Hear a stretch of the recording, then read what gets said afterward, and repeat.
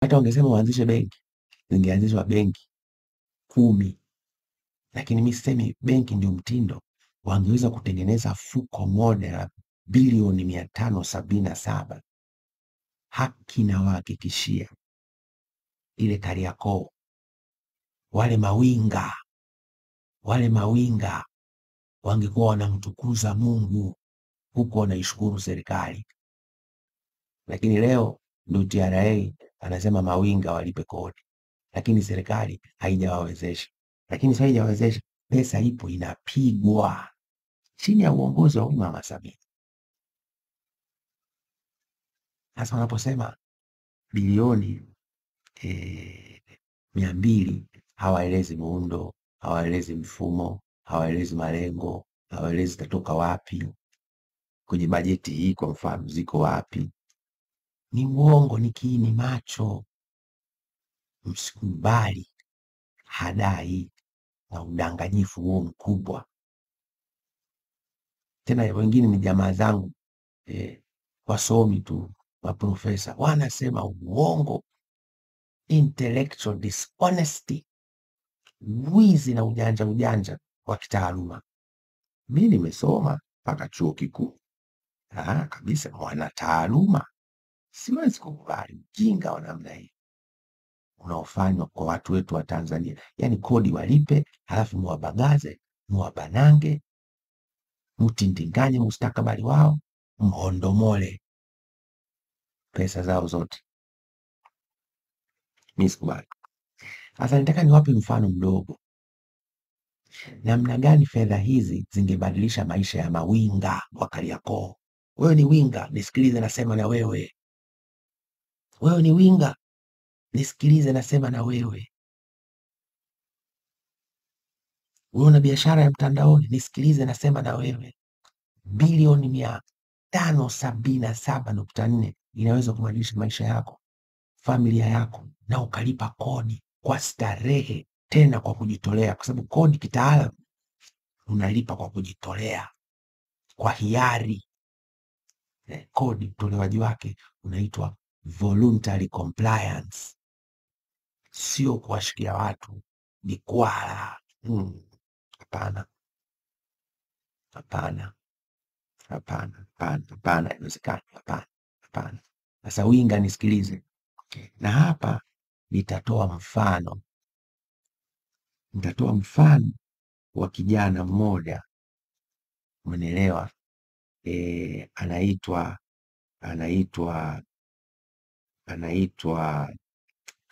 bwana mwata kupotea, anaitwa,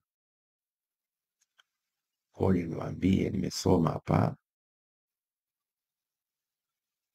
nilikuwa nasoma story yake, nitaka niitafute niwashirikishe muone namna gani serikali hii ya Mama Samia inatucheza mchezo mbaya. Sawa,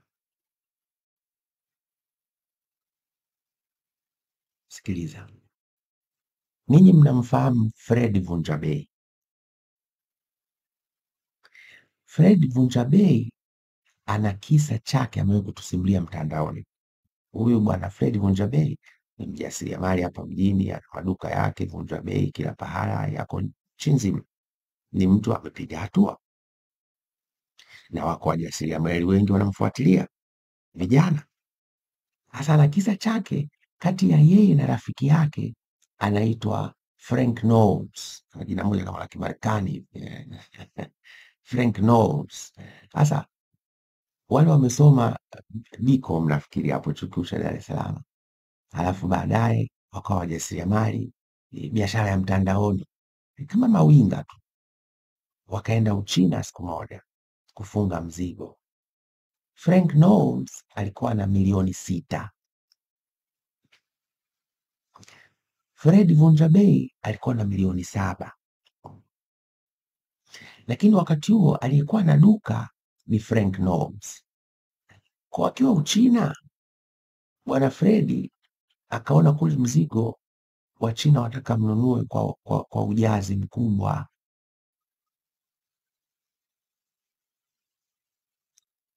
Na milioni 6 na huyu 7 vipunje punje visingewezesha kupata mzigo wa kueleweka.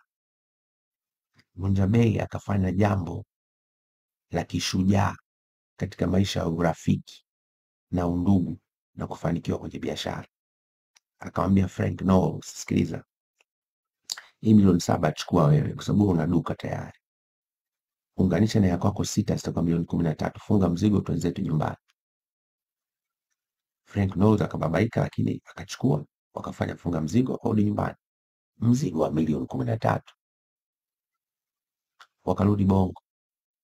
Ndani ya miezi 6 Frank Knowles alikuwa ametengeneza faida ya kutosha kumpa fedha ya kuanzisha biashara Fred Vunja Bei milioni 20 cash taslimu tufu. Ndani ya miezi 6, sio miaka 10. Ndani ya miezi 6 Frank Knowles anampa Fred Vunja Bei 20 milioni 20. Pop. Bro, nawe kafunge mzigo. Nataka kusema nini? Milioni 13. Milioni 13 ilibadilisha maisha ya Frank Knowles na Fred Vunja Bei. Leo wanaitwa mamilionea kama sio mabilionea. Sasa sikiliza niwaambie kitu, nyinyi mnafanya mzaha na maisha. Hawa wanaofanya mikutano ya hadhara,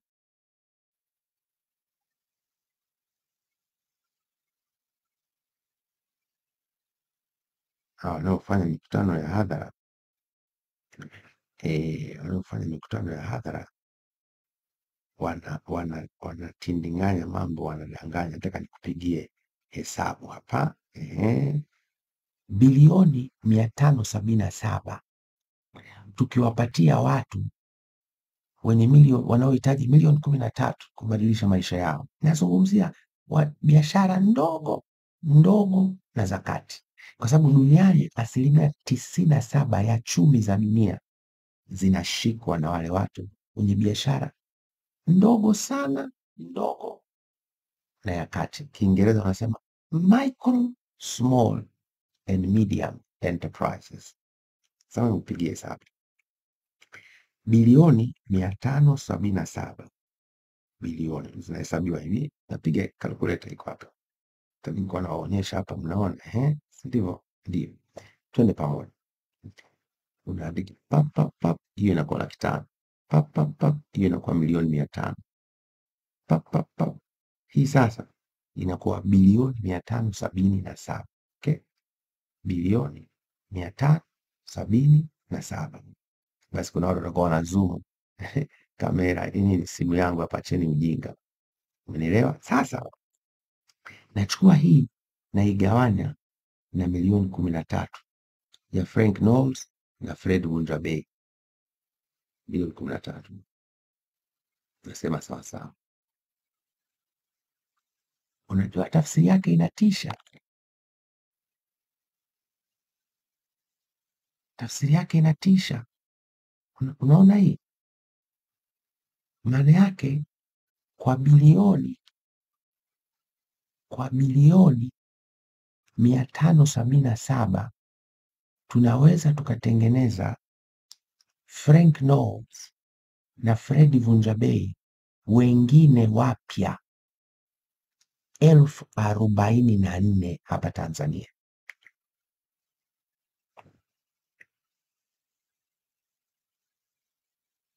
Nimeogopa.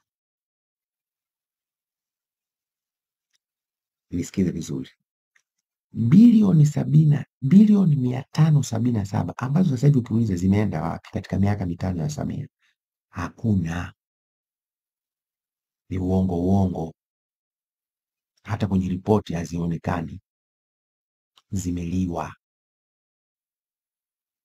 Lakini Mama Samia angeweza akaelekeza fuko lote likaweko, kisha tukafanya uchambuzi wa kina na tathmini kwa kutumia mifumo ya kidigitali. Mbona mitandao ya simu inakopesha watu na hamjai kuonana?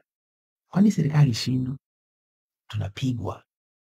Kwa hili bilioni 577 ingeliweza kuzalisha Fred Vunja Bei na Frank Knowles wengine 44,000 nchi nzima. Sasa hebu tazama maduka ya vunja bei yaliyokuwepo nchi nzima mara 44,000. Ndio utajiri huo Mama Samia alielekea kutengeneza kwa Watanzania katika miaka mitano aliyoongoza. Unajua nini kingetokea? Wala wakina vunja bei na Frank Knowles wasione na wauzia kodi kwa watu.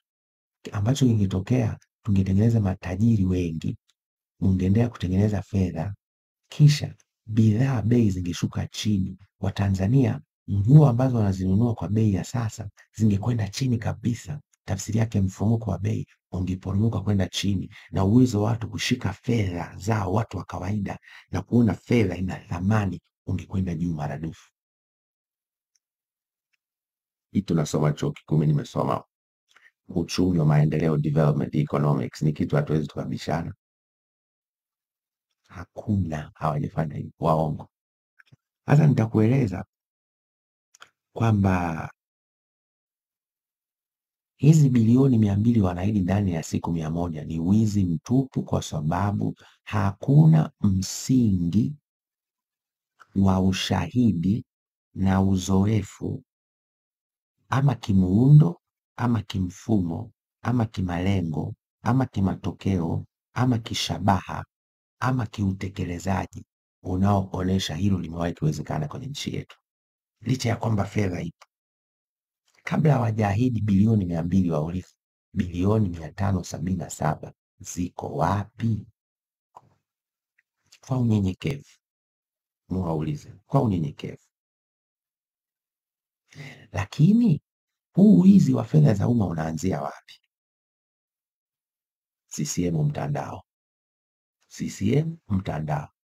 Mwaka 2005 serikali ya CCM mtandao inaingia madarakani, inaweka ahadi ya kuwapatia Watanzania mabilioni ya JK.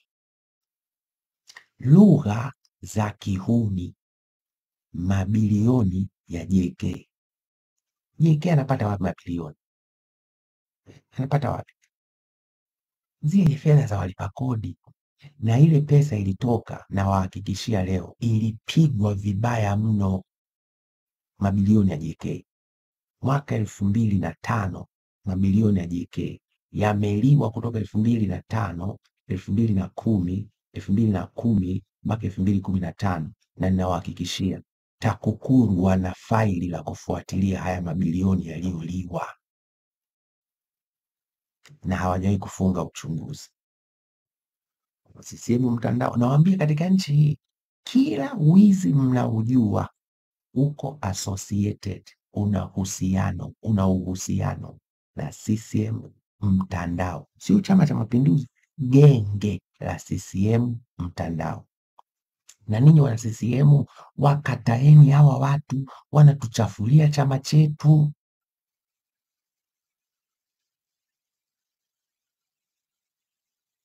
Sasa endeleeni kuwachekea chekea tu, ndio tunaharibikiwa chama hiki.